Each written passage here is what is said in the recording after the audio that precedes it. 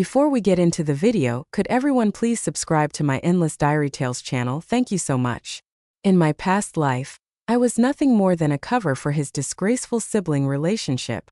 On our wedding day, his sister threatened to jump off a building, so he abandoned the ceremony, leaving me alone to face the guests.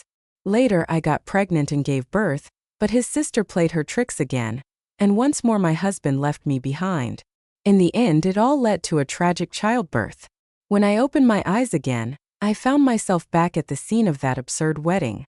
This time, I didn't beg him not to leave like before. Instead, I quietly adjusted his suit and told him softly, "Be careful on your way." Shane, holding my hand with an apologetic expression, said, "I'm sorry, Emily." Shane's sister, Samantha, was utterly dependent on him emotionally and materially. She demanded everything from her brother.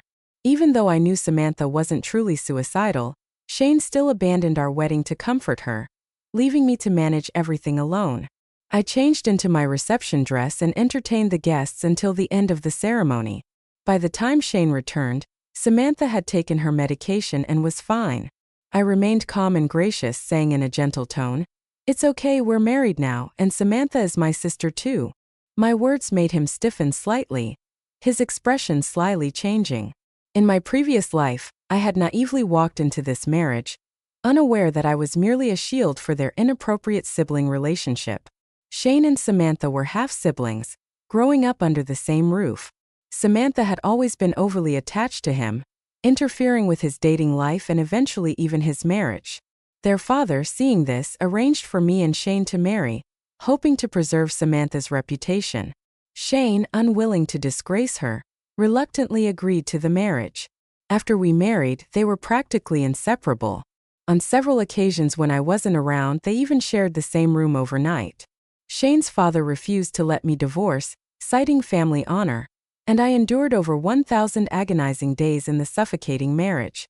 When I got pregnant, I thought things might improve, but Samantha's retaliation only intensified. During my pregnancy, she attempted to harm me multiple times, almost causing a miscarriage. When I finally went into labor, Samantha deliberately lured Shane away, leaving me stranded in an isolated mountain area without any phone signal. Both my child and I died that day. Fate played a cruel joke on me, sending me back to the beginning. After the wedding, we returned home, where Samantha was sitting barefoot in the living room. Shane immediately rushed to her, full of concern. "Samantha, why aren't you wearing shoes? It's so cold you could catch a chill," he said, warming her feet with his hands.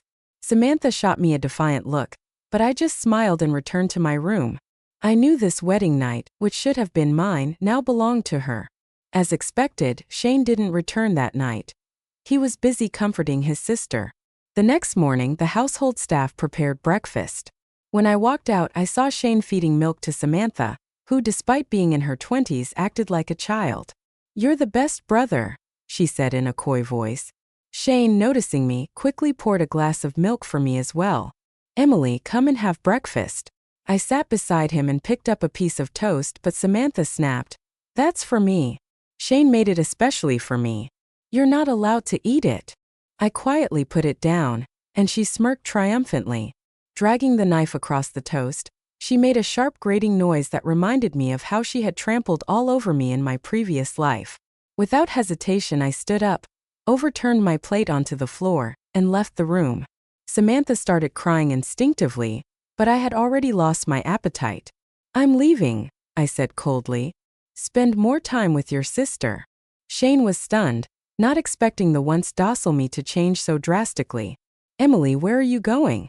he asked. I picked up my bag and smiled. "To work, of course. Since the Shane family only saw me as a cover, I might as well make the most of it. After all, the shares and money they gave me when we married were real assets. I intended to use them to grow my influence."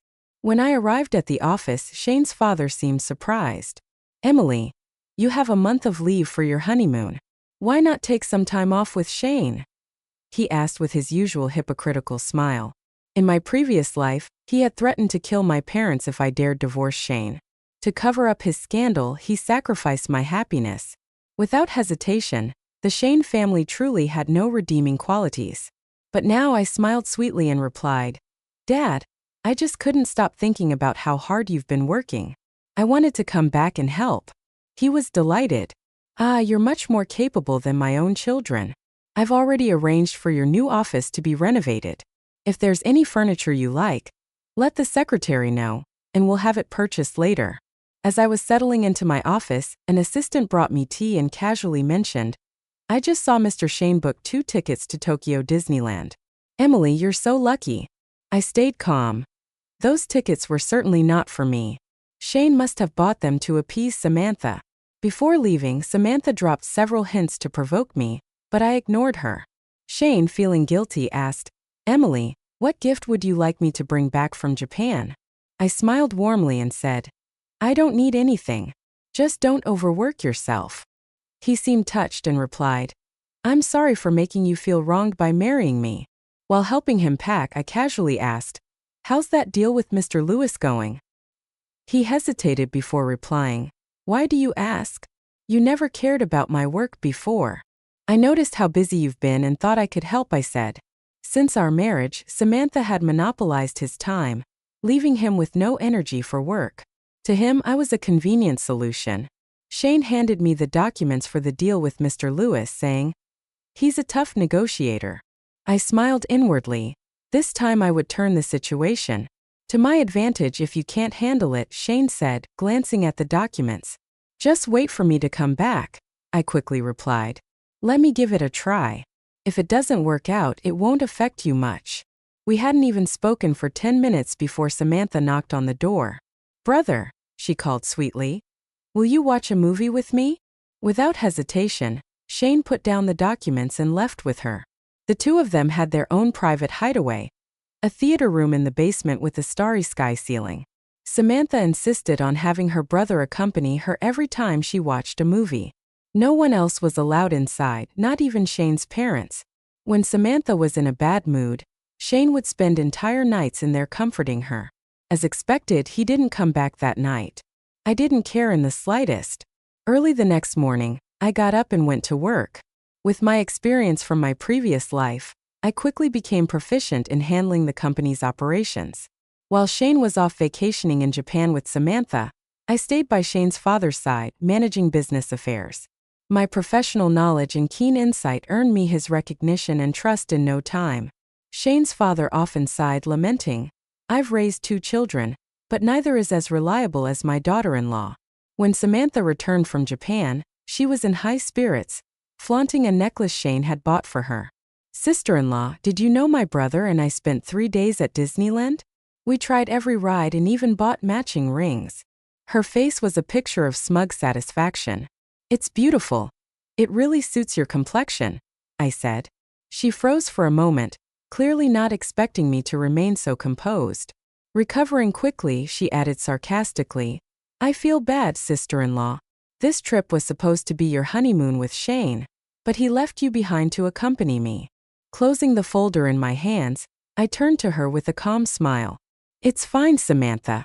As long as it's something you want, I won't compete with you. But what I want, I'll make sure your family compensates me for piece by piece.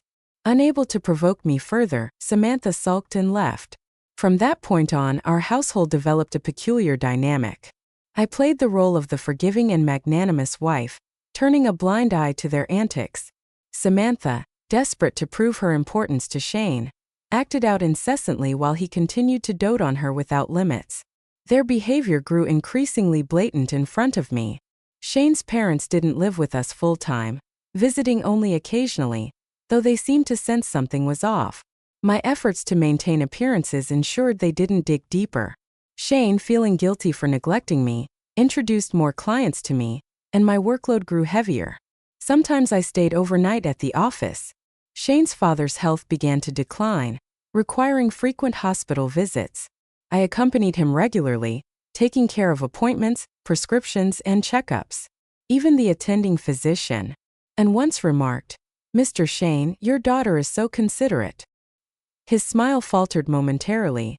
His own daughter was nothing like me, and he knew it. But he didn't correct the doctor. Perhaps in his heart, he was beginning to accept me as a substitute daughter. I hadn't forgotten, though, how in my previous life he had coerced me into staying with Shane one day after another.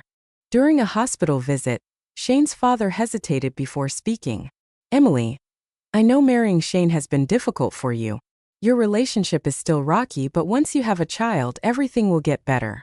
Our family cannot be without an heir. You should put in some effort." Outwardly, I appeared obedient, but inwardly I sneered. With someone as unstable as Samantha around, having a child would only lead to the same tragic ending as before.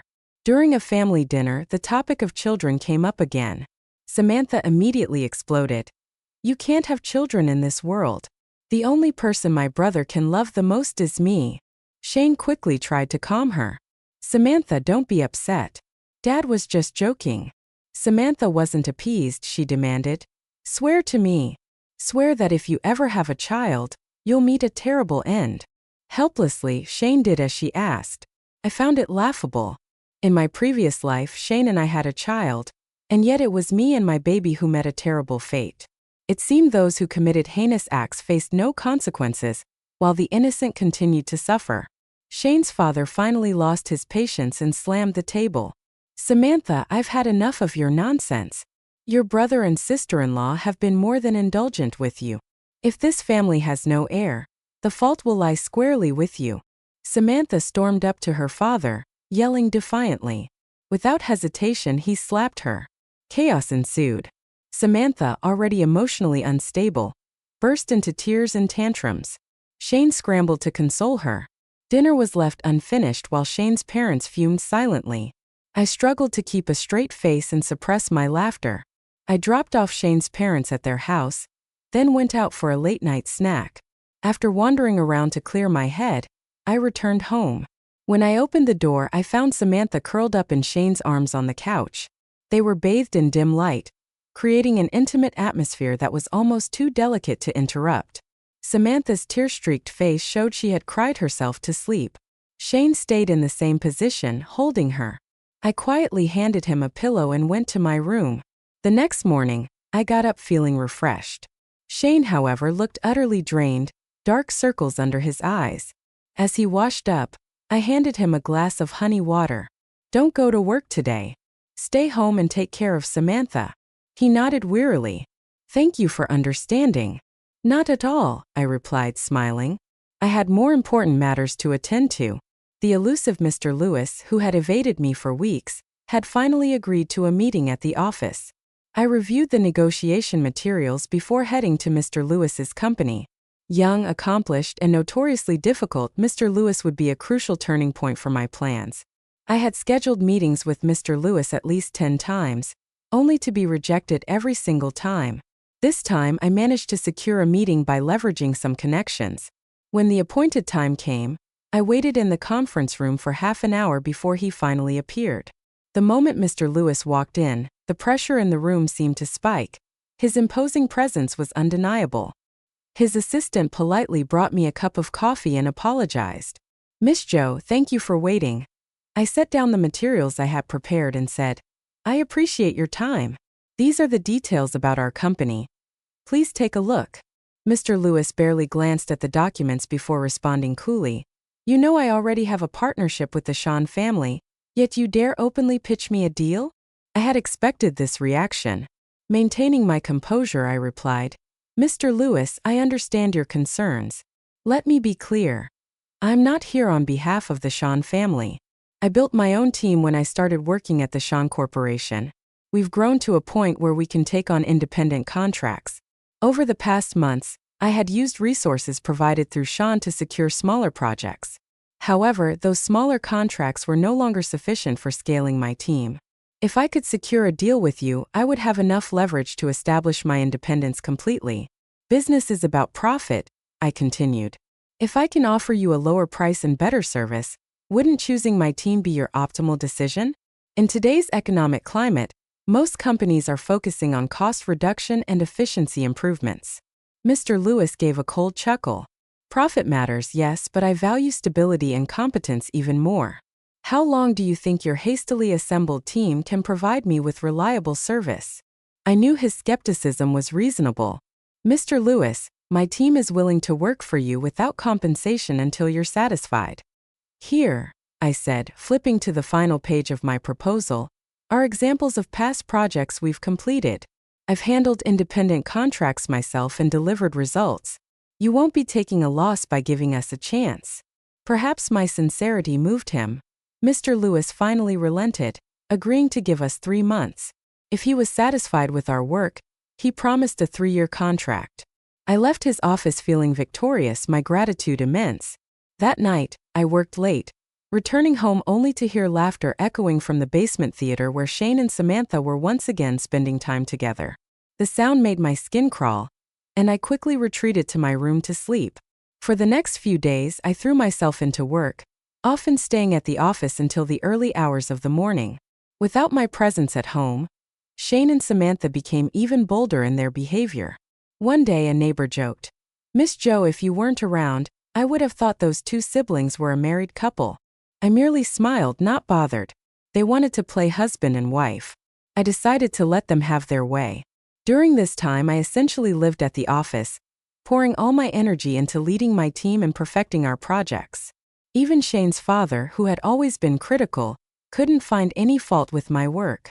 Since the disastrous family dinner, he had stopped pressuring us to have children, likely fearing that another public meltdown from Samantha would tarnish the family's reputation irreparably.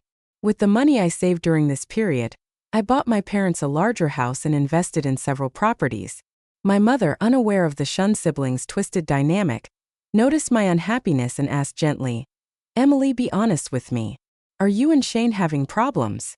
I dismissed her worries with a casual, "No, everything's fine. Don't worry about me." She held my hand tightly. "We've saved all the money you've sent us. If things ever become unbearable, your father and I are here for you." I nodded firmly.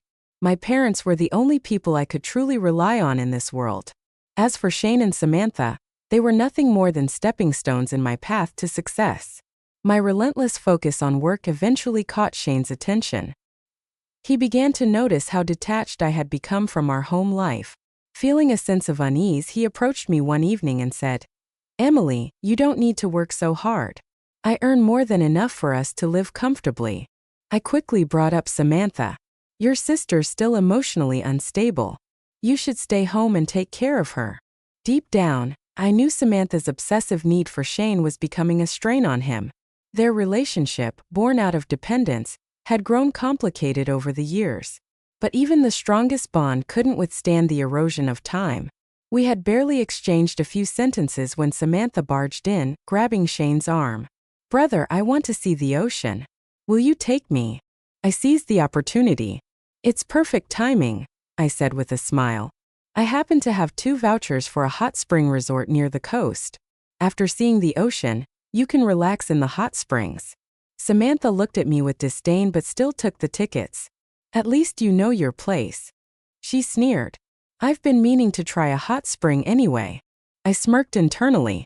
I had deliberately chosen the most expensive and remote resort, ensuring they would be gone for several days. By the time they returned, I planned to have secured Mr. Lewis's contract. Shane hesitated. "A week is a long time, Samantha. I have work to do." Samantha shot me a glare before turning back to Shane. "Just let her handle it. She's so eager to take over everything anyway." I chimed in. "Exactly, leave the company to me. These tickets weren't easy to get. It would be a shame to waste them." Despite his reluctance, Shane wavered under Samantha's usual theatrics. She pouted, her eyes welling up with tears. "I don't care. I want to go." It was the same manipulative tactic she had used countless times. There are plenty of luxury hotels and scenic spots where everyone can unwind and enjoy the hot springs. Trusting me completely, Shane's father entrusted the entire event to me. I finalized the guest list, reserved rooms and spa spots at the hotel, and calculated the timing perfectly. I knew Shane and Samantha would still be at the resort during the banquet. On the day of the event, I arrived early at the hot springs. This particular spa offered mixed bathing sessions, each slot accommodating up to 30 guests. I ensured the timing coincided with the siblings' bath, arranging for the hotel manager to clear the area and provide tickets to several key business partners, including Mr. Lewis, who was leading a group of distinguished guests. I accidentally barged into the hot springs where the siblings were enjoying their time together. The sight that greeted everyone was shocking. Samantha, wrapped in a towel, clung to Shane in the steaming water, their intimacy unmistakable. Shane's father, seeing his children in such a compromising situation, collapsed on the spot. The other business partners exchanged glances, their unspoken knowledge of the rumors now blatantly confirmed. Mr. Lewis crossed his arms, watching the scene unfold with amused detachment. Samantha, enraged, stormed out of the pool, wrapped in her towel, and charged toward me. "You wretched woman! You set me up! I'll kill you!" Shane hurriedly restrained her, struggling to keep her under control. Fighting heartbreak, I said softly, "Samantha, I've always treated you like my own sister. I never expected you to do something like this. Regardless, you and Shane are related by blood. This is a twisted kind of love." Shane's face darkened as he glared at me. "Emily, I never thought you could be so malicious." I shot back coldly. "And who are you to judge what kind of person I am?" Samantha still tried to lunge at me, but Shane dragged her back to their room. With my goal accomplished, I helped Shane's father to the hospital and made sure he was taken care of before returning to the hotel. As expected, the scandal spread like wildfire. "Did you hear? The Shin siblings' relationship isn't ordinary." "I know. How can a brother and sister behave like that? Don't they care about appearances?" Apparently, this has been going on since before Shane got married. No wonder his father is so furious. He fell ill hearing the whispers. Around me, I smiled in satisfaction. This was exactly the outcome I wanted. Later that evening, Shane found me, his face a mixture of anger and frustration. "Emily, what is the meaning of this? You deliberately arranged for us to be there, didn't you? Was this all just to humiliate us?" I gazed out at the misty peaks of Lingen in the distance, their hazy outlines shrouded in white fog.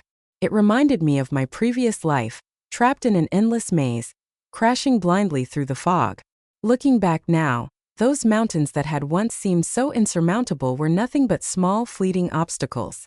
The fog, too, was merely an illusion designed to obscure the truth. Life has never been anyone's cover-up, and my destiny will never serve as a springboard for others. "Shane, everyone must bear the consequences of their choices." His voice was sharp as he spoke. "Now that you've ruined Samantha and me, are you happy?" I corrected him calmly. "I didn't ruin you. You did it to yourselves from the very beginning." Shane had failed to set boundaries in his relationship with his sister. He allowed her to develop feelings she shouldn't have, and now the damage was irreversible. "Samantha's mentally collapsing now. Are you trying to drive her crazy?" he demanded. I let out a cold laugh. "Don't worry, she won't lose her mind. In fact, this might just be the outcome she wanted. Someone like Samantha, with her obsessive and chaotic nature, doesn't care about public opinion or societal values. All she knows is that this scandal has rendered our marriage meaningless. She can now enjoy having you all to herself without restraint. She's probably thrilled. But you're different, Shane," I continued. "You're the eldest son of the Shun family, raised as an heir. You're bound by the weight of public opinion and moral expectations. A secret affair might have been thrilling, but exposing it to the world is devastating for you. That's the real breaking point between you and Samantha." Shane's father, furious and overwhelmed, had been hospitalized again. Meanwhile, I carried on with the annual company banquet as planned.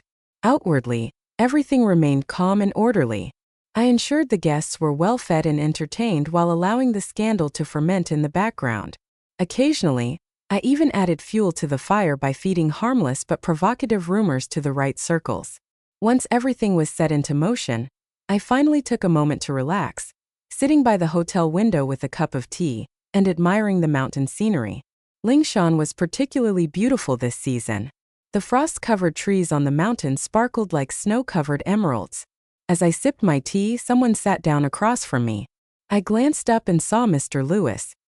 His tone carried a hint of admiration as he remarked, "Decisive and efficient.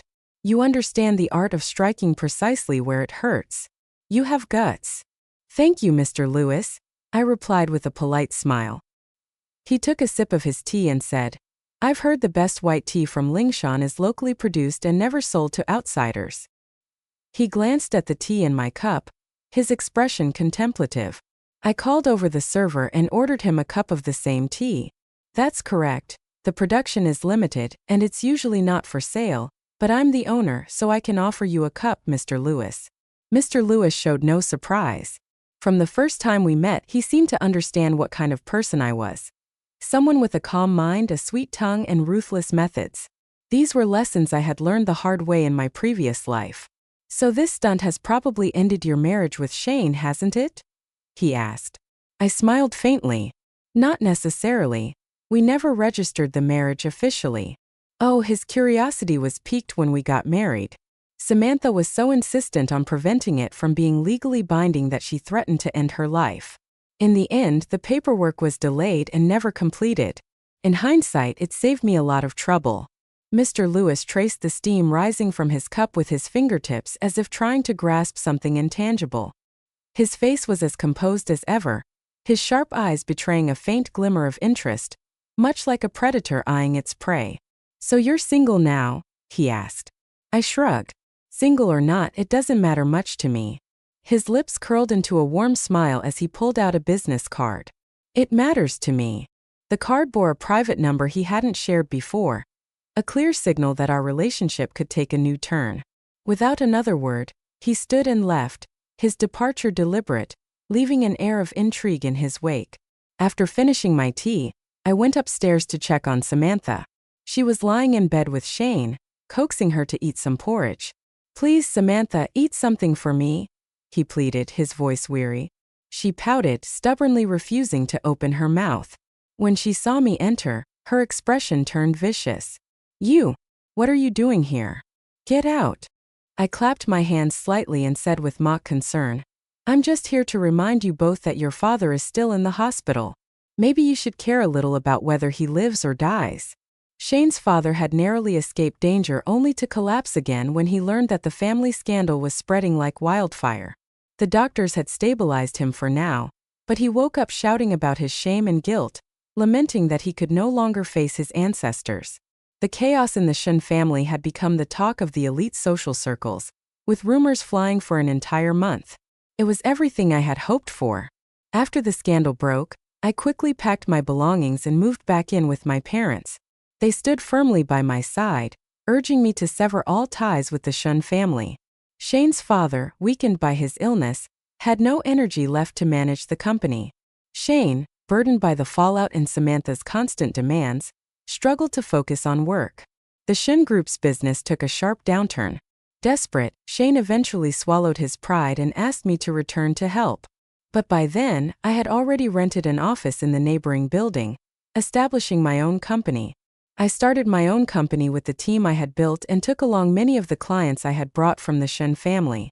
Now, the majority of them were my core clients. Shane, when you decided to use me for your benefit, you should have known this day would come. Emily, no matter what you say, without the Shun family, you wouldn't be where you are today, Shane pleaded. For the sake of old times, can't you come back and help me? For the sake of old times? I sneered internally. Did you think about old times when you let me die in the last life? I gave him a straightforward response. From now on, we'll go out. Separate ways defeated Shane left in humiliation after that. I didn't bother keeping tabs on the Shun family situation. All I heard was that the company was struggling and that Shane eventually had to sell it at a low price. As for me, my life was entering a brand new chapter. Wealth, status, and a thriving career were now mine. I could do whatever I wanted. Mr. Lewis had recently been visiting my company frequently, often using business discussions as an excuse to ask me out to dinner. Even my secretary noticed. Miss, do you think Mr. Lewis likes you? I simply smiled without answering. Men's affection is often superficial. It wasn't until I became successful that he started to see me in a different light. His liking me was nothing more than fascination with the novelty of a woman who could rise against the odds. My approach to him was clear. Neither actively pursuing nor rejecting him. Accepting his invitations was harmless, but I had no intention of chasing love. Even if I were to enter another marriage, it would have to be on my own terms. Mr. Lewis, ever patient, showered me with resources, introducing me to his network and connecting me with influential business leaders to expand my career. In return, I provided him with the best services within my capability. After all, mutual benefit is the foundation of any lasting relationship. Finally, unable to hold back, he asked, "What are you really thinking?" I thought for a moment before replying, "Seriously, Mr. Lewis, if I entered your circle as your woman and enjoyed your resources, what would happen to those resources if we were to part ways? Wouldn't they be immediately taken back?" He paused momentarily, stunned, because he knew the answer was yes. Romantic relationships are the most unreliable thing in this world. In my last life, once I lost my value to the Shun family, even my death didn't evoke a shred of sorrow from them. That's why I vowed to become someone valuable in my own right, not someone who relied on others to climb the ladder. This was the epiphany I had the moment I was reborn. Mr. Lewis's appreciation for me was rooted in my value. It wasn't until I stood as his equal that I became someone worth noticing and liking. He tried to reassure me. Wanting a career and my affection doesn't have to be mutually exclusive. I gazed at the horizon where Lingshan remained as breathtaking as ever. The mountain peaks were shrouded in mist, bathed in the ethereal glow of moonlight. The scenery hadn't changed, but the way I saw it had. In the past, all I saw was an endless maze of fog-covered peaks. Now I saw the extraordinary beauty of the mountains. Perhaps Mr. Lewis still didn't understand what I truly wanted. Was it a love between equals? A relationship founded on mutual respect and shared strength? Or perhaps it was the courage to meet someone at the summit of life. These were choices I couldn't make in my last life. On the night I died in the wilderness with my unborn child, I saw the mist of Lingshan rising from the valley, endlessly flowing into the moonlit sky. In that moment I realized that the universe had always been giving me a sign. Even when trapped in dire circumstances, I could still fight to survive. Mr. Lewis might make an excellent partner, but he wasn't what I truly desired. That's why he kept asking me over and over what I was pursuing. What I've been chasing all along is the freedom to choose.